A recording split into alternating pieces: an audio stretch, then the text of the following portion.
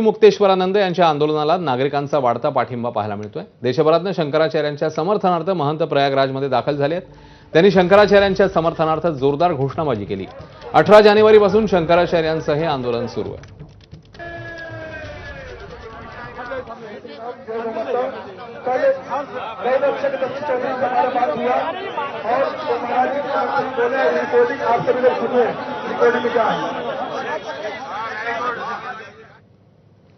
शंकराचार्य अभिमुक्तेश्वरानंद यांच्याबाबत वक्तव्य करणं यमाई ममता नंदगिरी उर्फ ममता कुलकर्णीला महाग पडलं।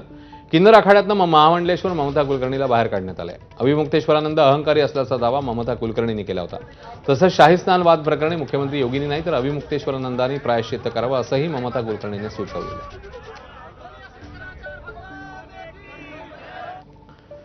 यासोबत इकडे एक छोटासा ब्रेक, पुन्हा एकदा लगेच परत येतोय। पाहत राहा 10च्या बातम्या।